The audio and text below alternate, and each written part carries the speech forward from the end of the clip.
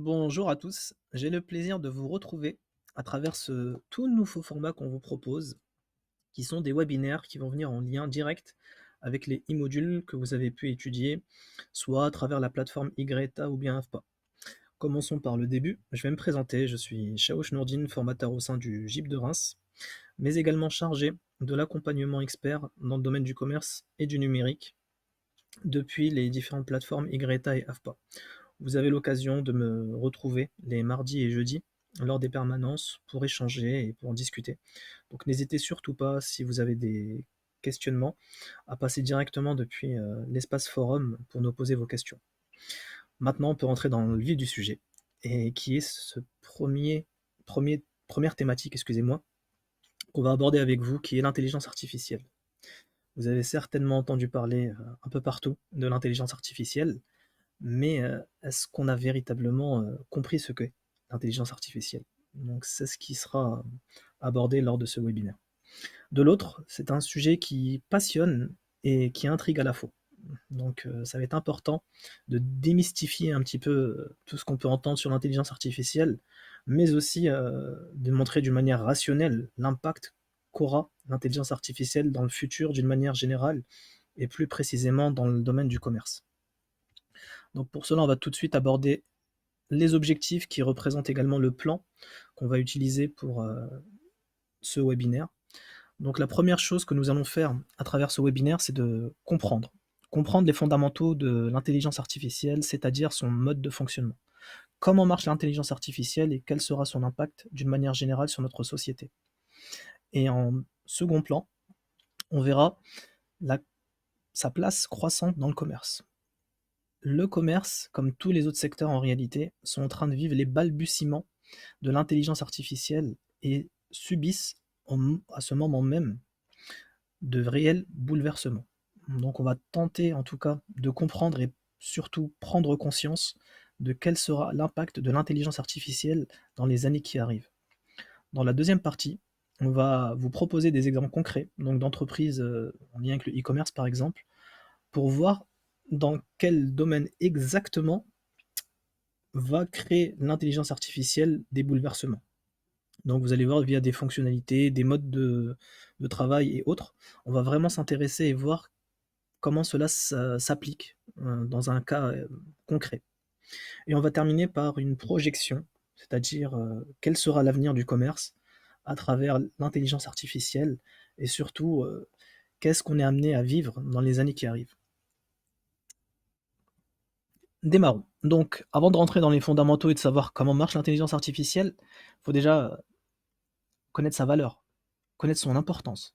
Car en réalité, l'intérêt qu'on donne à une chose dépend de sa valeur et de son importance. Donc là, je vous ai sélectionné 3 points intéressants. Donc la première, c'est la rapidité d'adaptation de l'intelligence artificielle. La rapidité d'adaptation, c'est un élément essentiel auprès des entreprises. L'intelligence artificielle va pouvoir, dans les années qui arrivent, faciliter énormément les entreprises pour s'adapter à leur marché. Donc comment est-ce que l'intelligence artificielle permet une adaptation rapide? On aura l'occasion de le voir. Déjà, ne serait-ce que pour vous donner un exemple, observez depuis une quarantaine d'années, une trentaine d'années, l'évolution du numérique. Le numérique a-t-il eu un impact dans la productivité, dans le travail? La réponse est évidemment que oui. Est-ce que la secrétaire des années 90, qui par exemple faisait les inscriptions en version papier, est-elle similaire et surtout, les attentes sont-ils similaires à ce qu'on demande aujourd'hui depuis le numérique? La réponse est évidemment que non.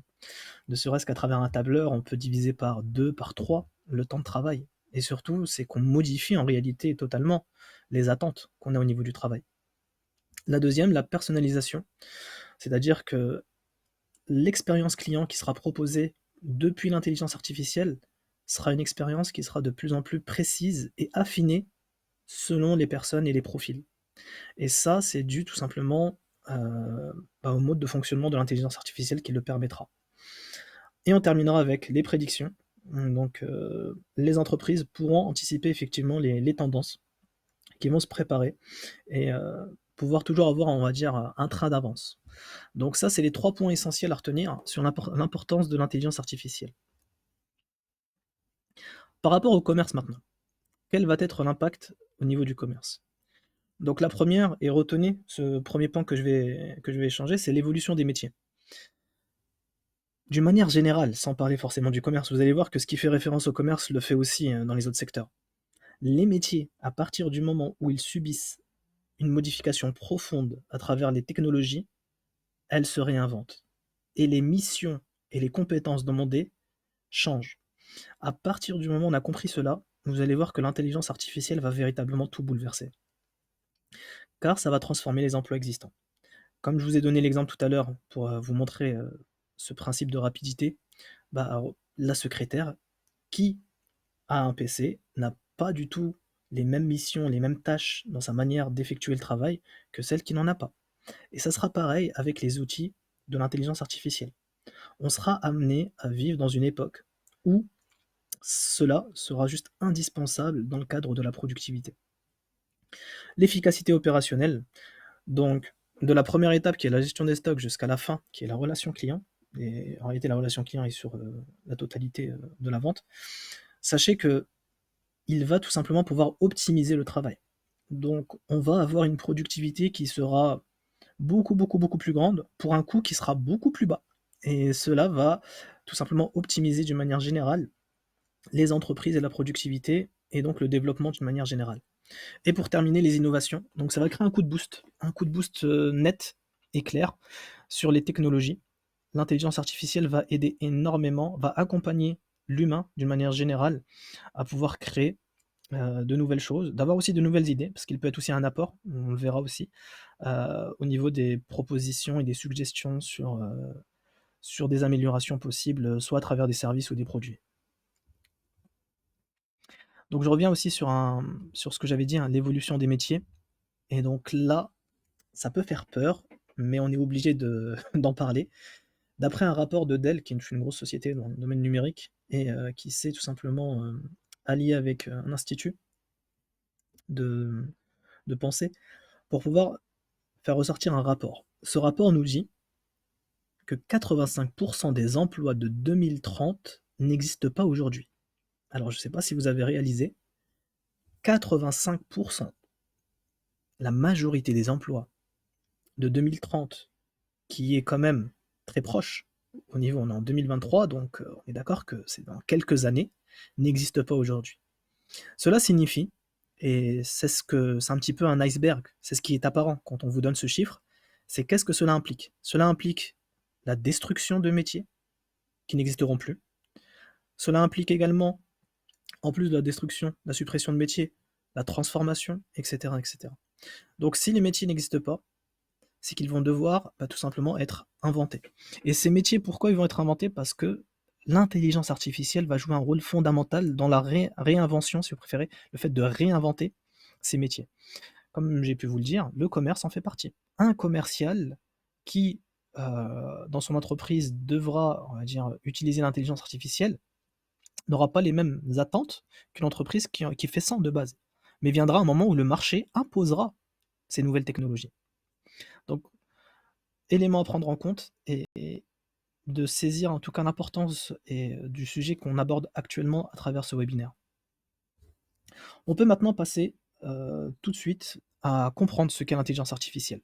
On entend beaucoup donc l'acronyme d'intelligence artificielle et IA. Et qu'est-ce que ça veut dire en gros? Donc il y a énormément de définitions, c'est une chose nouvelle qui a besoin de temps d'un point de vue conceptuel pour être clairement fixe.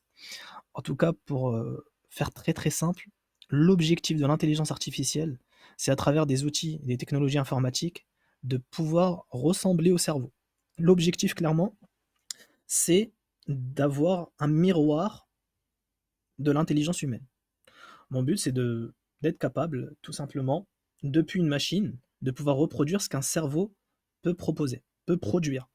Et donc là, vous comprenez que l'objectif est assez important quand même, et sa finalité aussi. Comment marche l'IA? Donc l'IA se fait sur 3 étapes. La première, c'est une machine déjà. Il faut savoir retenir à la base, c'est une machine qui est comme pourrait l'être un PC. Donc il exécute ce qu'on lui dit. À partir de là, l'intelligence artificielle, son j'aimerais vous dire l'élément qui le distingue vraiment, on va dire, d'une machine lambda, c'est le fait de lui faire apprendre. Donc j'ai essayé de chercher des notions simples, hein. Sachez que je vais rester vraiment en superficie pour pas vous perdre, parce que c'est pas l'objectif du webinaire. Le webinaire, c'est vraiment de vous faire, saisir, prendre conscience aussi de l'importance de de ce sujet. Donc déjà, il commence par l'apprentissage, qui est le fait de transmettre énormément de données. Imaginons qu'on a une machine, qui est à notre disposition, bah, je vais tout simplement lui transmettre énormément, énormément d'informations. Des millions, voire des milliards et des milliards d'informations sur différents sujets, et cetera. Une fois que cette machine dispose de ces informations-là, elle va les traiter. Donc ça reste une machine lambda pour l'instant. Donc c'est ce que fait une machine classique, hein, on lui donne des fichiers, et cetera. Qu'est-ce qu'elle fait? Elle les traite, elle les analyse, elle voit, voilà ce qu'elle représente, et cetera. Donc elle est dans un travail d'exécution. Là où vraiment il y a eu, énormément, on va dire, d'évolution, ça a été sur la prédiction. La prédiction, c'est sur la base sur ce qu'elle a appris, on va demander à l'IA tout simplement de faire des modélisations, c'est-à-dire en fait de faire des liens, comme le feraient 2 neurones. Par exemple, quand on a des neurones, on sait que par exemple, si on se retrouve dans tel environnement, je sais pas, je me retrouve, dans une forêt, et cetera, donc ça évoque la nature, et cetera. En fait, le fait de créer des liens, à partir de ce moment-là, on a demandé à une machine de faire ce travail de prédiction, c'est-à-dire en gros, s'il y a telle chose qui se passe, donc il faut, penser que ça va être cette chose. Donc ça va créer des liens entre les éléments, d'où le fait de créer ce qu'on appelle d'être, on va dire, comme on l'a vu tout à l'heure, hein, de simuler l'intelligence humaine. L'objectif, c'est de simuler un petit peu ce que fait des neurones entre eux, c'est-à-dire le fait de créer des liens entre les éléments. À partir de là, ce robot devient performant et permet d'avoir un apport énorme dans le cadre technologique. Donc voilà un petit peu d'un point de vue schématique à quoi ça ressemble. Donc vous allez retrouver ici les datas. Donc les datas, ça veut dire les informations, hein, en anglais. Donc ces données, on va les transmettre directement aux fameuses machines qui, eux, à travers ces machines-là, vont s'entraîner. Donc c'est-à-dire cette machine, en fait, elle va avoir ce qu'on appelle un algorithme. Donc l'objectif, c'est qu'elle va tout simplement analyser, traiter ces informations-là. Et nous, en fait, quand je dis nous, c'est l'entreprise en question qui va développer cette IA. Une fois qu'elle a fait entraîner via ces informations-là, elle va vérifier si les informations sont bonnes données par la machine. Et à chaque correction qui va être apportée à la machine s'améliore. Donc par exemple, si je vois la nature, bah, ça me fait penser à un truc, comment vous dire? Ça me fait penser à une chose qui va être, je vois la nature, ça me fait penser à une chose sinistre. Donc d'un point de vue humain, c'est pas cohérent. Non, quand on voit la nature, ça fait penser à l'apaisement, et cetera. Donc lui, le robot va faire quoi? Va faire le lien: «Ah d'accord, donc c'est pas sinistre, donc c'est ça», et à partir de cette information-là, il va se consolider et s'améliorer. Donc vous avez compris que c'est infini. Plus on va lui donner d'informations, plus on va réussir à lui faire, un travail, en tout cas de lien, entre si telle chose arrive, si telle chose arrive, il va pouvoir, à travers ces traitements, donner ce qu'on appelle des réponses qui sont de plus en plus précises et de plus en plus pertinentes. Et c'est ce qui se passe actuellement.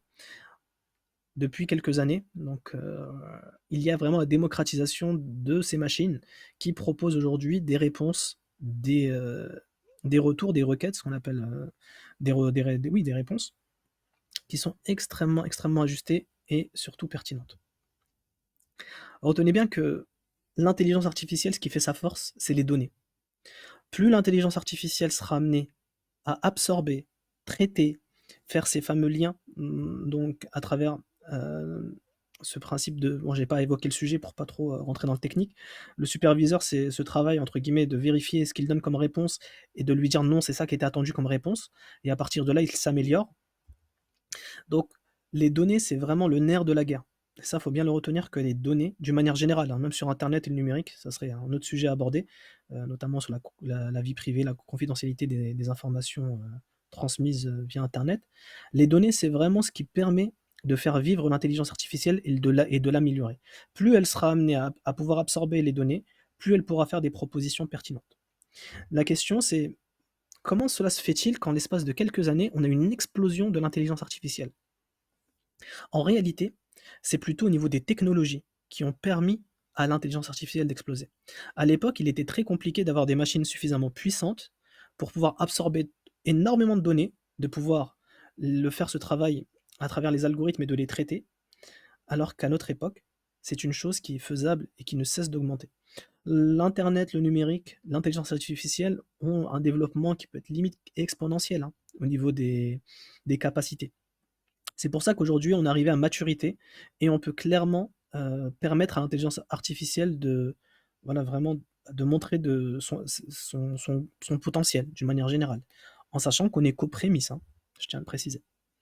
Donc voilà, n'oubliez pas que comment marche une machine IA, c'est un petit peu le schéma que je viens de vous transmettre et surtout que ça, voilà, le nerf de la guerre pour elle, c'est son carburant, c'est les données, c'est les data. Et c'est là où ça devient intéressant, c'est que si vous faites attention, toutes les sociétés ont ce travail de quoi? De récolter des données. Lorsque vous allez sur un site e-commerce, lorsque vous utilisez Google, bref, le GAFAM d'une manière générale, c'est-à-dire les grosses sociétés dans le domaine du numérique, toutes ces sociétés ont un travail de collecter les données. Pourquoi? Parce que les données, c'est un élément essentiel pour pouvoir, on va dire, d'un point de vue du marché, être pertinent, efficace et maintenant aujourd'hui avec l'intelligence artificielle encore plus. Dernier point, donc c'est le dernier point technique et je vais essayer aussi de l'aborder d'une manière, générale.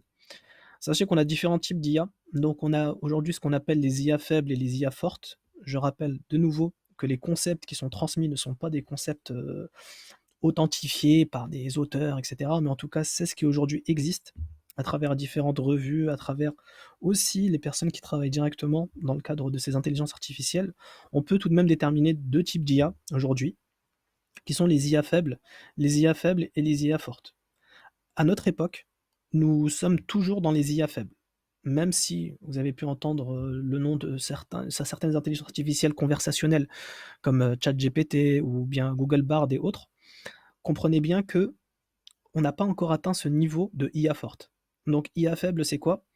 C'est qu'elle n'a pas d'expérience, de perception du monde à elle. Donc ça va être un robot. C'est un robot qui donne des réponses.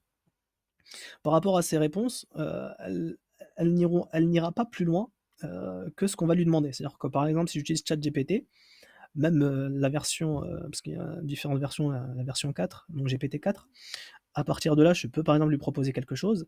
Il faut savoir que lui, ça va être purement d'un point de vue prédictif. Donc c'est-à-dire qu'il va se baser, comme on l'avait vu, on va remonter ici pour que vous puissiez, voir le lien. Donc lui, en fait, il va se baser tout simplement sur l'algorithme. Donc j'ai passé cette réponse-là, donc c'est-à-dire qu'il attend ça. Je vous donne un exemple, vous faites des erreurs à travers le clavier, bah, il suppose par probabilité que, vu que cette lettre elle est à côté, bah, en fait, il anticipe. Donc c'est vraiment un travail purement de mémoire dans laquelle il donne des réponses sans pour autant être dans l'IA forte. L'IA forte, elle, d'une manière supplémentaire à de ce qu'on vient d'évoquer, elle a la capacité de représentation de l'esprit. C'est-à-dire qu'elle comprend alors, quand on parle de conscience, après on va rentrer dans des sujets philosophiques, on va éviter, on va essayer d'être très simple. On parle vraiment, ça reste un robot, hein, mais il va avoir cette capacité de connexion entre les informations et d'avoir aussi des avis, par rapport à ses probabilités, par rapport aux données qu'on lui transmet. Et on considère que certains parlent de conscience propre, donc ça encore c'est un sujet, qui est à débat et qui fait aussi polémique énormément. On l'évoquera, à la suite du webinaire sur l'éthique de l'intelligence artificielle. Mais sachez que, on n'y est pas encore. On n'y est pas encore. Les sociétés, certaines grosses sociétés comme Google, à travers des supercalculateurs, ils arrivent, à avoir ce type d'IA, mais elles sont privées et cachées. Et j'irai même plus loin, ça a été, la société, OpenAI qui a vraiment, on va dire, démocratisé, l'intelligence artificielle.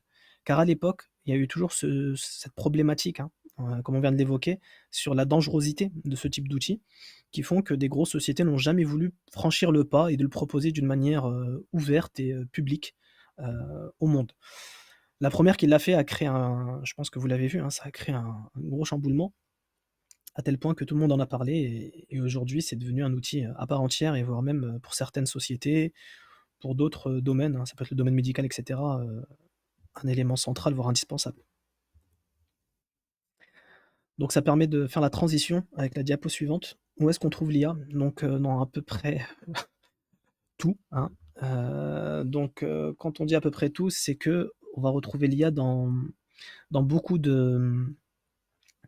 d'éléments. Ça peut être,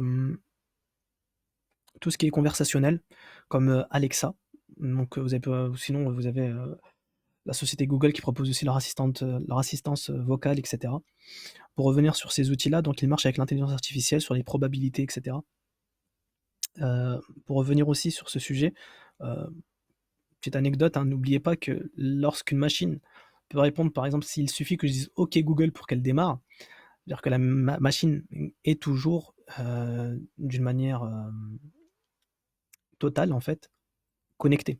Ça, c'est très important de dire que tout ce que vous donnez comme info de chez vous, par exemple, à l'oral, est en réalité enregistré par la machine et qui est aussi collecté par, la société Google. Parce que pour pouvoir répondre à OK Google, il faut être capable de l'entendre. Donc pour l'entendre, il faut déjà avoir écouté ce qu'il y avait avant. Donc, voilà, c'était quelques infos.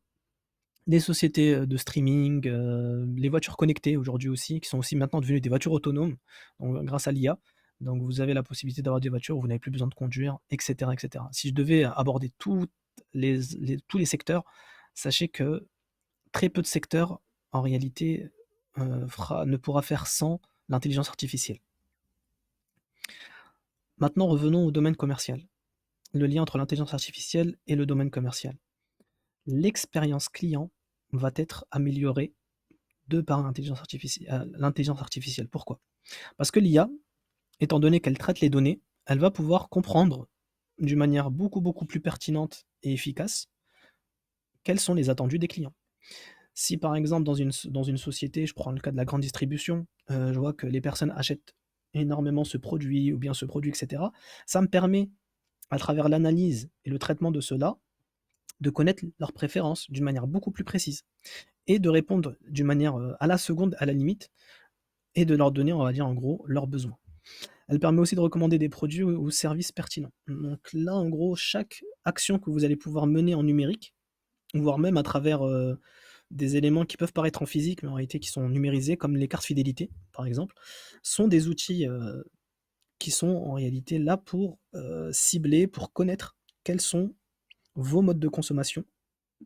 Et une fois qu'ils sont maîtrisés, on donne cela à l'intelligence artificielle qui pourra faire tout simplement les traitements nécessaires pour affiner et savoir quelles sont vos préférences afin d'améliorer au maximum l'expérience client. Quelques exemples, comme on l'avait évoqué à travers nos objectifs, donc Amazon. Amazon est connu aujourd'hui pour être une entreprise qui développe sa propre intelligence artificielle qui lui permet d'analyser l'historique d'achat des clients, mais aussi les recommandations au niveau de tout ce qui est client. C'est-à-dire que c'est des algorithmes, ce sont des machines en gros, qui utilisent l'intelligence artificielle, qui vont permettre, lorsque vous allez taper, par exemple, le besoin d'un produit, par rapport à votre profil, par rapport à ce que Amazon a collecté vous concernant, va vous proposer ce type de produit au lieu d'autres. Donc sachez que on n'a pas tous les mêmes propositions. C'est pas genre je tape ça, obligatoirement j'ai ça. Ça va être vraiment ajusté à vos recherches, à ce que vous faites d'une manière générale. Et ça, c'est connu. Déjà, vous avez aussi, alors je ne sais pas si vous voyez de quoi je vais parler, mais lorsque vous allez sur des sites, vous avez tout en bas généralement l'obligation de valider, de dire OK pour l'autorisation d'utilisation des cookies. Donc c'est pas qu'un gâteau, c'est aussi en gros un fichier qui permet de collecter les données. Donc ce fichier-là, en réalité, permet à la société de cibler. Vous allez sur un site e-commerce, vous achetez une basket, et bizarrement, vous allez recevoir des mails en lien direct avec le même modèle que vous avez acheté, soit moins cher, et cetera. Donc ça, c'est clairement un travail, bah, déjà de un, de récupération de vos données, de traitement de vos données et de pouvoir vous faire des propositions.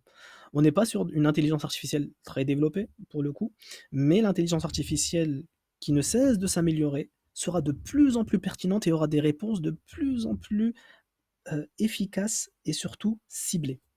Et donc c'est sur ça où il faut vraiment axer sa concentration.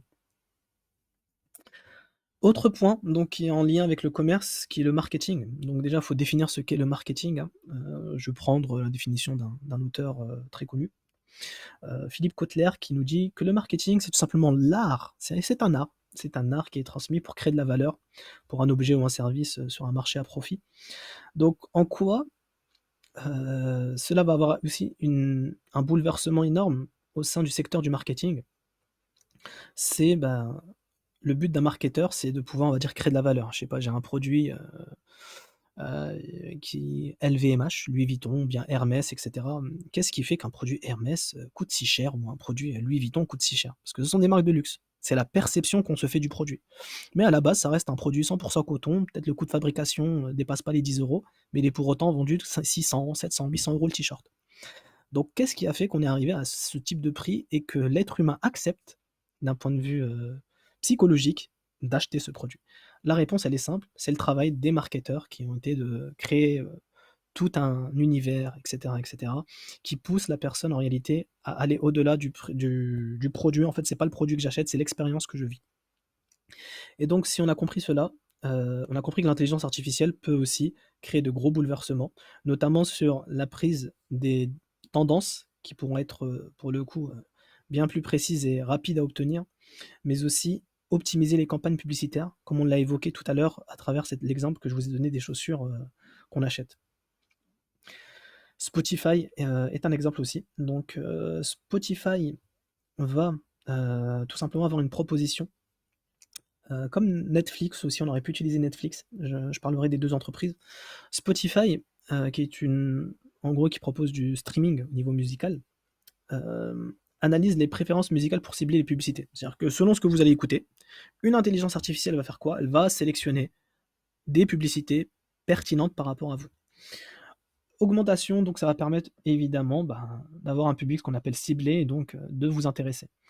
Netflix fait pareil. Netflix, pour vous donner un exemple concret, lorsque vous allez, pour ceux qui ont utilisé Netflix, plateforme de streaming pour regarder des vidéos et films, vous avez normalement, en tout cas la mise à disposition, c'est les films qui sont faits sous forme de couverture. Vous avez des petites couvertures, donc des petites images qui représentent entre guillemets les films.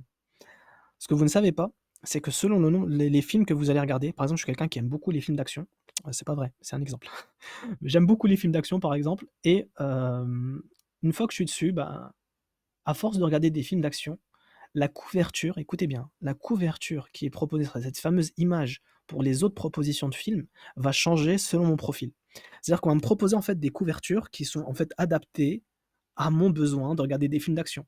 Je donne l'exemple, je sais pas moi, si c'était le film, un dessin animé même, Shrek par exemple, en gros, ils vont avoir peut-être 4, 5, 6 couvertures selon mes habitudes de consommation au niveau visuel. Si je regarde beaucoup, beaucoup de films d'action, on va me proposer ce type de couverture et qui s'adapte grâce à l'IA. Donc regardez à quel point, d'un point de vue psychologique, les entreprises s'adaptent pour s'assurer d'avoir un engagement des utilisateurs. On a donc terminé cette fois-ci avec les exemples et on passe à l'éthique de l'intelligence artificielle. C'est un sujet extrêmement récent parce que l'intelligence artificielle en vrai, si on parle de ça, je parle plutôt de sa démocratisation, qui arrive plus ou moins avec l'arrivée de OpenAI, qui a développé ChatGPT. C'est vraiment en fait cet outil conversationnel qui a fait un basculement vers le grand public. La protection des données clients devient un enjeu majeur.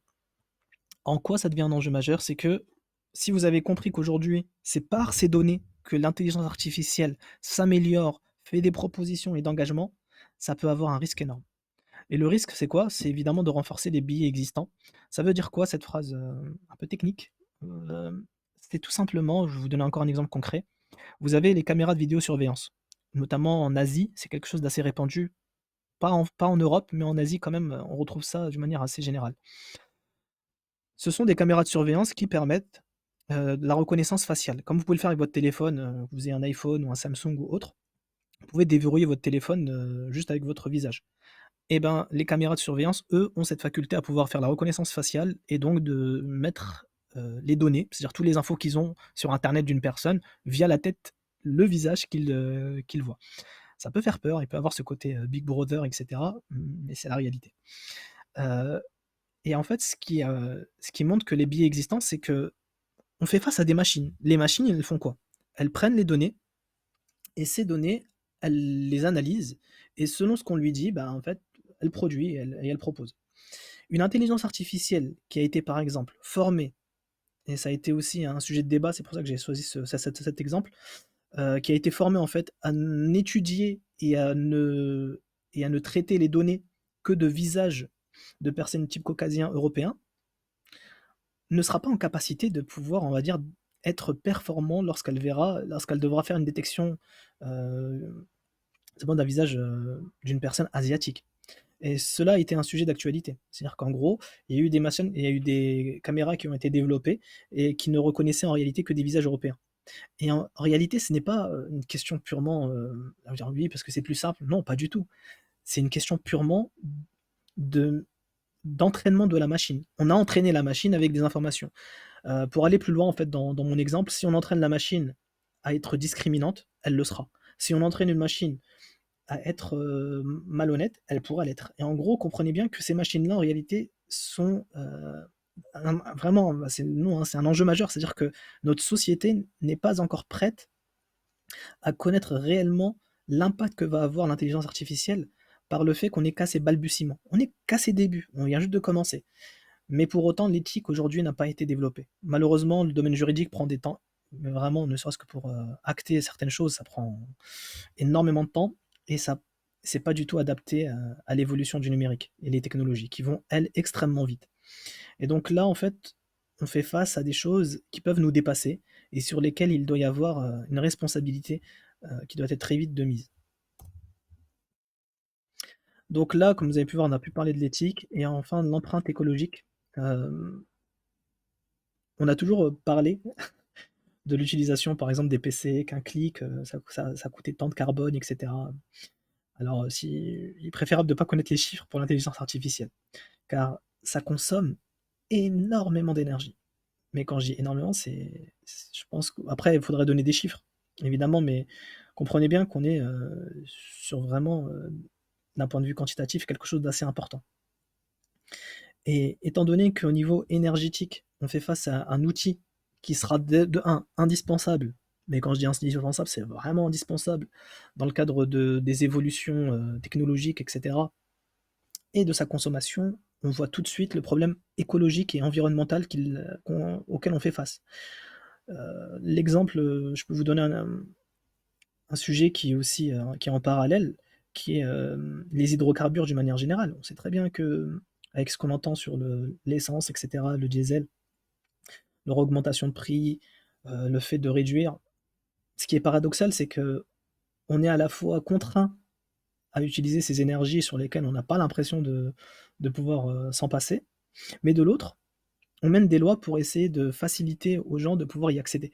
Donc ça montre qu'en réalité, il va y avoir très vite, on va dire, une opposition entre un développement d'un côté et de l'autre, l'environnement et l'écologie, sur laquelle il faut essayer de trouver un accord et un équilibre. Donc il va y avoir vraiment ce besoin de réfléchir aux énergies renouvelables et comment est-ce qu'on peut faire évoluer l'utilisation, en tout cas énergétique, des data centers. Donc c'est en fait des lieux, des espaces qui stockent ces fameux serveurs qu'on utilise notamment pour l'intelligence artificielle.